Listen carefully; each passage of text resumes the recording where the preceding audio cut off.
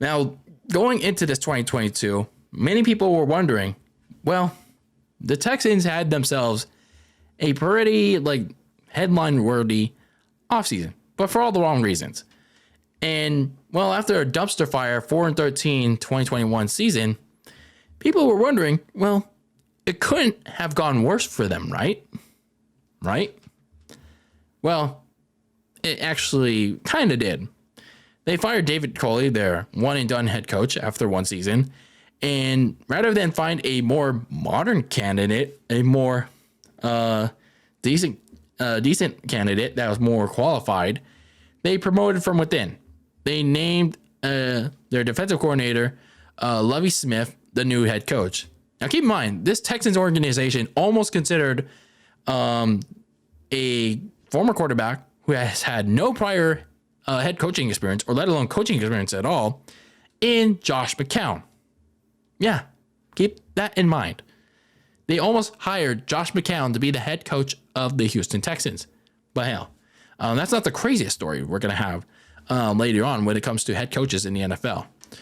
But, just like the prior offseason, GM Nick Caserio only got the bargain bin of free agents, but, he did more of his dirty work in the draft.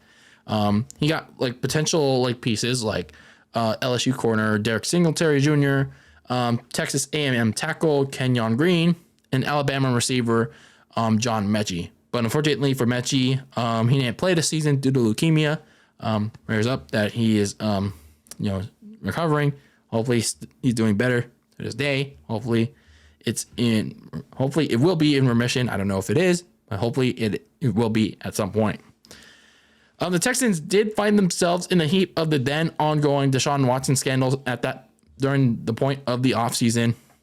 Reports were coming out that they allowed Watson to do what he was doing, which was really pretty bad on their part. But still, they managed to trade Watson to the Cleveland Browns for a large handful of picks, which included 3 first-round picks. And at least for the Texans, they got Deshaun Watson off their backs. The problem is they had the stench of him in the organization still, because, well, everyone knew now that they pretty much allowed it to happen. So, yikes. But aside from all that, despite all of that, the ultimate goal for the Texans this season, you have a new head coach in Lovie Smith. You pretty much have a new staff. You got a couple of decent pieces, but you want to find out whether your second-year starter in Davis Mills from Stanford could be a potential long-term option for Houston. But safe to say that you couldn't really figure that out because the Texans' talent gap was just so wide that you really couldn't figure out that answer. Because, yeah, like I said, the Texans' talent gap was very wide. It showed in just about every way. Davis Mills was very inconsistent throughout the season. One game, he would look very solid. The next game, he'd be overthrowing his receivers. His inconsistency led to him to get benched for a few games. Kyle Allen would come in, start a couple of games, and then Lovie Smith realized Allen was way worse. And then Lovie Smith decided to use this weird combination of Davis Mills and Kyle Allen in games. What the hell? He would swap out his quarterbacks after each series. What? That's not how you that's how you pretty much ruin the chemistry on offense. If there was chemistry on offense in Houston. But anyway, the offensive line, outside of tackle Laramie Tunsil, and I'd say Kerryon Green did okay, was still one of the worst in the league. They couldn't pass block. They couldn't run block. They couldn't provide open run links for shit. Their defense allowed an average of at least 20 points each game, despite the additions of Steven Nelson and Derek Stingley Jr. They can't do it by themselves. But Stingley missed the second half of the season due to injury. But despite being able to create a solid amount of turnovers, despite being able to, tackle okay-ish, the secondary could never turn those turnovers into points, at least on offense. And then, well, when it came to the actual results on the field, they managed to tie in week 1 against the Colts in a game that neither team looked like they wanted to win. The Texans went on to lose their next 3. They beat the Jaguars in a game they also didn't look like they didn't want to win. And then they went on to lose their next 10 of 11 games. They seemed destined to get that number 1 overall pick. I think I picked the Houston Texans to be the worst team in the NFL because they were just that talent deficient. They were just that bad going into the season because they literally had nobody on that team aside from maybe Derek Stingley, maybe potentially like if Davis Mills had showed something decent. But what they did was to lose that number 1 overall pick somewhere leading up to week 18. Somewhere leading up to week 18, I guess Lovie Smith, I guess he knew he was going to get the shit can. But when he learned he was going to get the shit can, he decided to stick it to the Houston Texans. He decided to say, you know what? Fuck you, Houston. I'm going to take my ball. I'm going to walk onto that field in Indianapolis, and I'm going to have my team play to win. I'm going to have them play to win against the Indianapolis Colts. And that's exactly what he did. They initially blew a double-digit lead to Jeff Saturday's Indianapolis Colts in Indianapolis, and the Texans' dumbasses went on to come back and win a useless final game and cost themselves the number 1 overall pick to the Chicago Bears. That's the Houston Texans for you, ladies and gentlemen. So unlike last season, where with David Culley, there's basically no happiness, basically no happy ending, no optimism for this season under Lovie Smith, because this season was basically all about the tank for next year.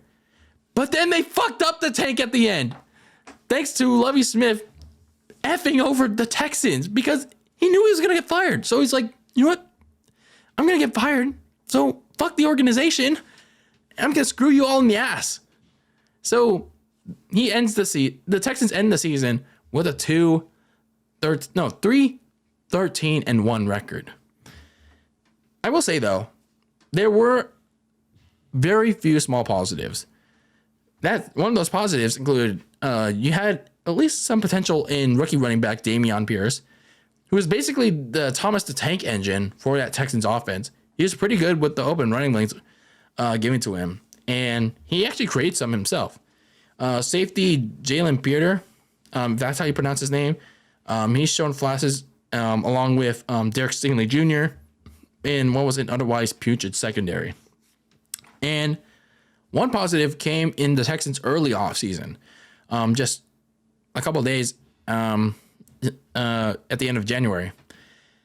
The Texans decided to settle on former 49ers defensive coordinator and former teammate DeMeco Ryans. So I personally don't agree with Ryans going to a crappy organization in the Texans, but hey, he has many ties to them.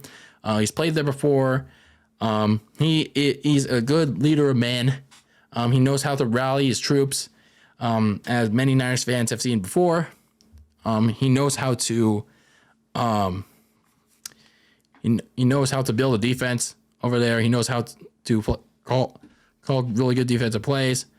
And if he's just given ample amount of time to help rebuild not just the roster, but the culture over there, and not these one and done situations like Lovie Smith and David Culley have had, and maybe Houston can finally be a somewhat, ever so slightly decent organization, maybe in several years.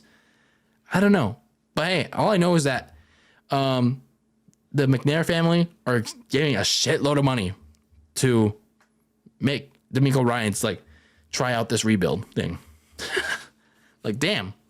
6 years. A 6-year contract, huh? Oh man, I hope DeMeco Ryans is ready for it. So anyway, obviously for the Texans, they have a big offseason ahead of them. They got about $37 million to spend. Fortunately for them, if they want to take this rebuild seriously, they don't have that many key free agents to worry about. All they have is OJ Howard, the tight end, outside linebacker Ogbonia Koronkwo, and center Scott Quisenberry. But other than that, it's like they can pretty much let everybody go unrestricted unless they want to keep them for reserve pieces because everybody was trash. You were pretty much going in. Nick Caserio was pretty much, again, these were bargain bin pieces to fill out what was supposed to look like a roster. And obviously it didn't. So pretty much for the Texans, what they need to address in this offseason is pretty much everything. Everything. They badly need 2 top receivers and a tight end. Pretty much a whole offense. Pretty much a whole offense.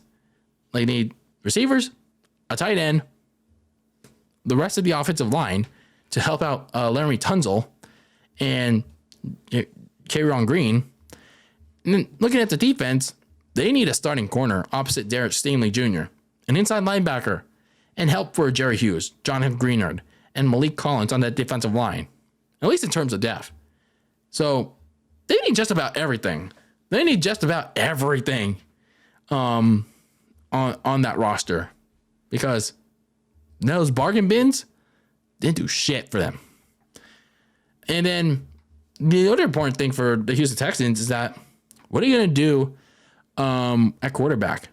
Do you want to stick with Davis Mills for another year, or do you want to use the second overall pick to get a quarterback?